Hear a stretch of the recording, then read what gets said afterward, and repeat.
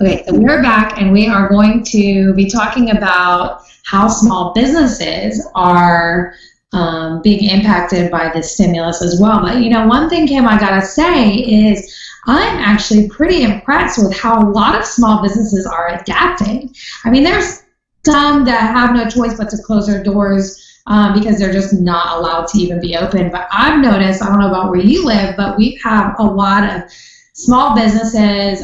One in particular is a craft shop just right outside my neighborhood. People go there and they make little crafts, for different seasons of the year and stuff.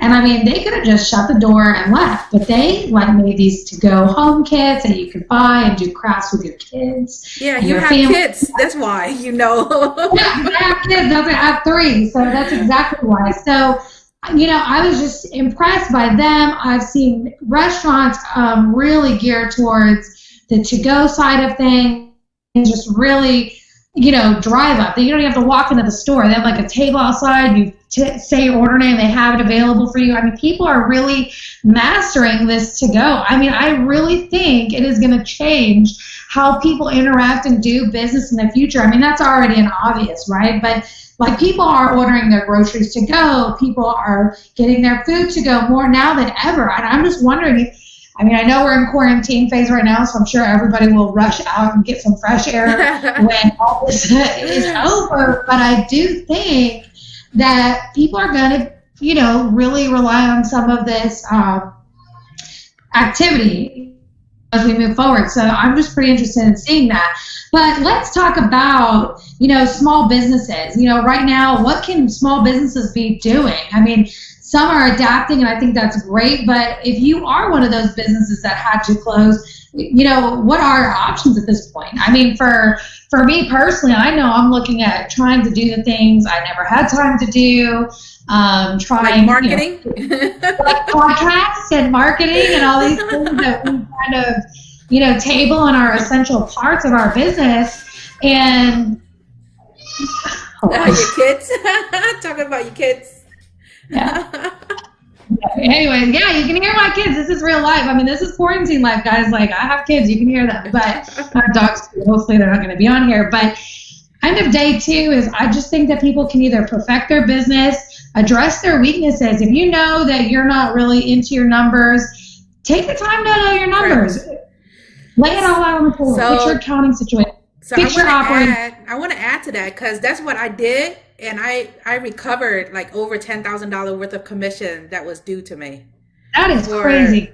For 2019. And now you have a best practice to help avoid that in the future. Because think about it. In a commission business, you only have a window of time that you can actually recover commissions. So, hopefully you didn't miss out on too much in years before. But also, Kim, I've taken some time to do some professional development. What about you? What are you doing on that side of the business? Well, I'm trying to learn how to utilize marketing on Facebook and Google Ads. So that's what I'm learning, and also making videos. Videos of different topics like contents. I'm trying to create contents for my business right now. Look, here's one of my monsters right now. Trying to get in. Hold on a second. So. Okay, so Kim, I'm back. I'm sorry. So Kim, let's talk about this. What about the stimulus? So we talked on our last podcast, we talked about the stimulus and how it impacts average Americans, but obviously small businesses are different. What can small businesses do at this point? What are some options and what's available to them? Okay. So part of the stimulus or the CARE Act law right now, there is a loan that we can apply through the SBA.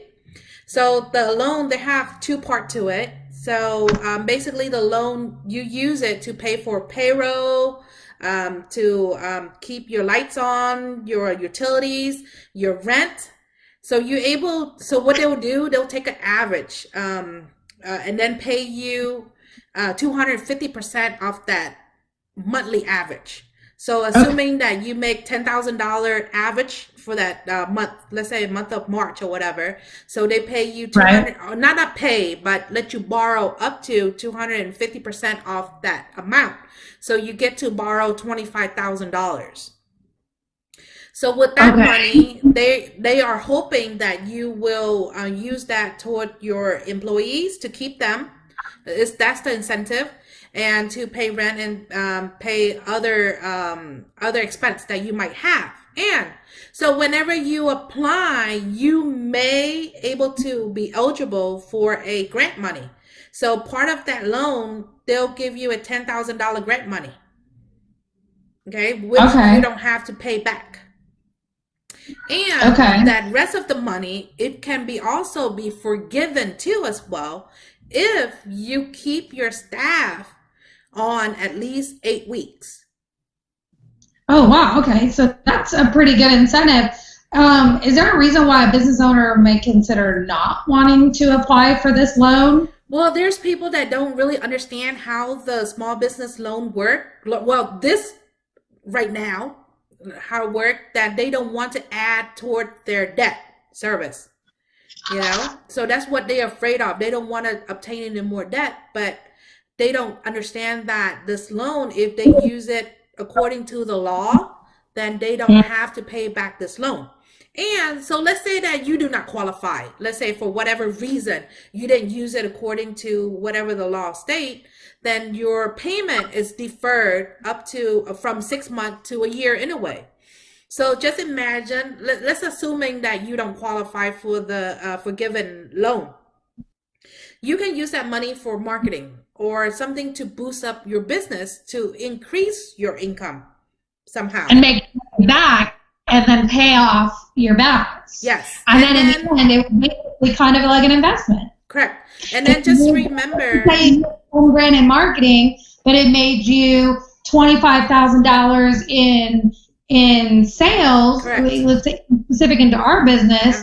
Then if we did that, then you can easily pay off your 10 and you're up 15 grand. Yeah. I mean, that's a great option for people. So do you think people are disciplined enough with it to do that?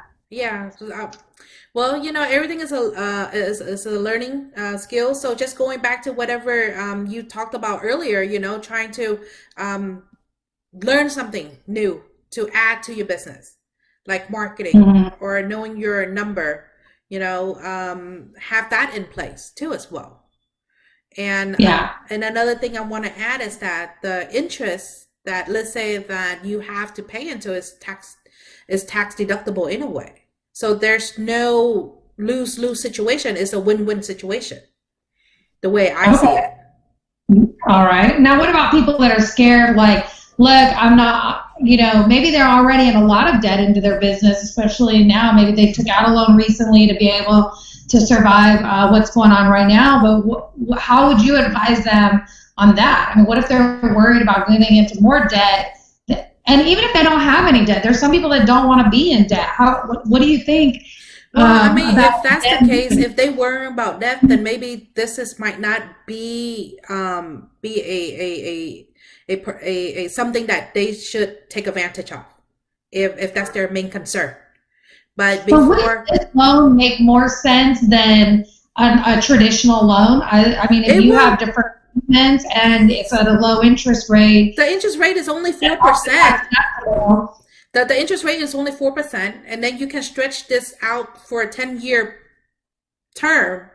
So the payment back it shouldn't be, it shouldn't be out of your paycheck or over your expense, or more than whatever you're making. It should be affordable. Well, to put back into your business to invest in, correct, to help keep your business afloat. I mean, I would rather be in a little bit of debt, honestly, than lose my business altogether, right? Correct. So don't you think that people have to start looking at debt maybe a little differently when it comes to small businesses? So there is there's smart debt and not so smart debt. Bad debt, I guess they say good debt and bad debt. So depending on how you, I guess, invest the money. So if you're going to buy a asset that's depreciating, that's not making you any money, then that's considered bad debt. Then I would not recommend that. But if you're using that money to help you grow, marketing, invest it back into your business somehow where you can make more money off of it, or buy a real estate that make money, then that's considered good debt. Then that's a smarter way to move forward. Well, real estate is a whole other conversation. We're going to have another podcast about that, because when it comes to real estate, that's a great reduction in your tax liability. And most people are just so scared of it. They don't know how it works. So thankfully, we're going to have, a great series on that coming up soon. But so basically, you think for your business, you would apply for that loan, and you're going to use it to invest back into your employees, keep them on the payroll, and try to get through this madness that we call Corona. Is that right? Yes, I will, definitely. What about as a small business owner, and we are very blessed that we don't have to have access to some of these resources sometimes, but everybody goes through unfortunate times in their business. I know I've been through my lowest of lows at points and highest of highs. But what about with unemployment? Unemployment never really applied to small businesses, self-employed, the self-employed, and how, we're starting to see that was part of the stimulus. So you want to talk about that and inform people what they need to do and what that looks like? So thank goodness for the law. So now, as a self-employed,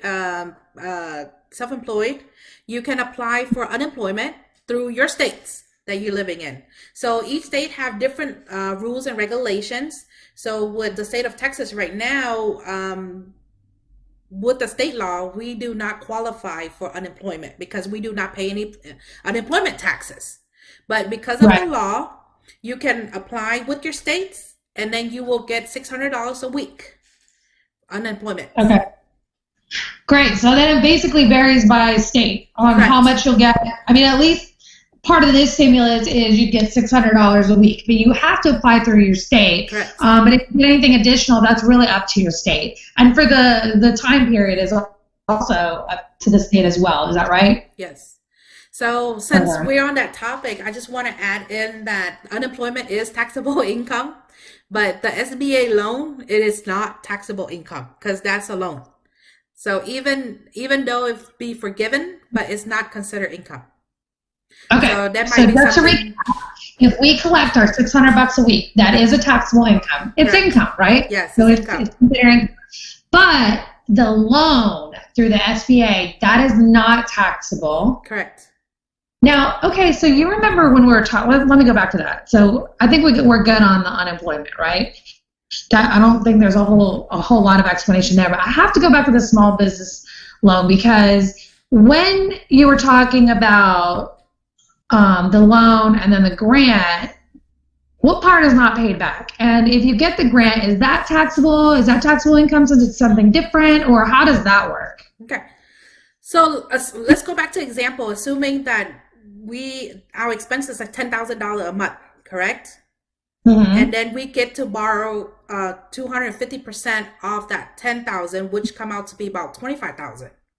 Right. So if we do qualify for the grant money, then 10,000 out of that 25,000 will be given to you in form of a grant, meaning that you don't have to pay back that money. So you don't have to pay back the 10,000. Correct. And then the remaining, you have to pay back the 25. No, it's 10,000 out of that 25.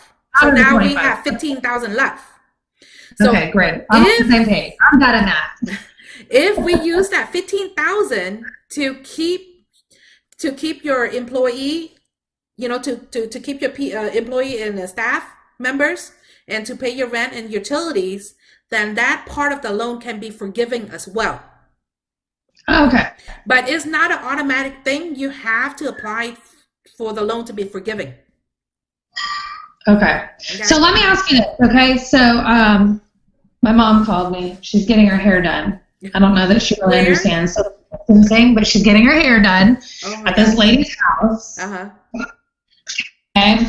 And this lady does hair at her home, okay? But her husband's a mechanic, and he's out of a job. And she was like, what do we do? Do we qualify for this? Do we qualify for that? So in that scenario, let's use our mechanic, okay? Should our mechanic apply for the loan? Should he apply for unemployment? Go. Well, in my opinion, they should apply for everything that's available out there, because you might get accepted, you might get denied. So Right. yeah, it's a 50-50 chance. So I Mhm. said, just go ahead and shoot for it, you know? What are you hearing as far as rent on commercial buildings? Well, it's case by case. I cannot really say. It's up to the landlord how they're negotiating with their mortgage company. So it's really hard to say right now. Okay. Well, I think that we covered a lot on what small businesses should do, what's available to them. I'm definitely going to be hitting the books to see if this is something that I should personally be doing. It seems like it, just to invest back into your business. So I guess to sum things up, you have access to the small business loan. You have access to a grant that is built in with the application of small business loan. And you now have, and never have before, have access to unemployment. Correct. So you definitely need to take a look at that. Contact whoever handles your taxes and get advice from them. I think is a safe call, right, Kim? Yes. Because you definitely want them to be informed on what's going to be taxed and not taxed, what has to be paid back, things like that. Everybody can go to the SBA.gov website to find the application. You can just Google SBA loan and coronavirus stimulus, and it will all pop up. Now, Kim, I've enjoyed having a podcast. I wish you and I were in person together, but this is how we practice our social distancing. And breaking news, President Trump extends national social distancing guidelines through April 30th. Oh my gosh. So looks like we're going to be podcasting like this for quite some time. But with that being said, I have some brisket in the oven. I have the family calling. So I think we are signing off for the day.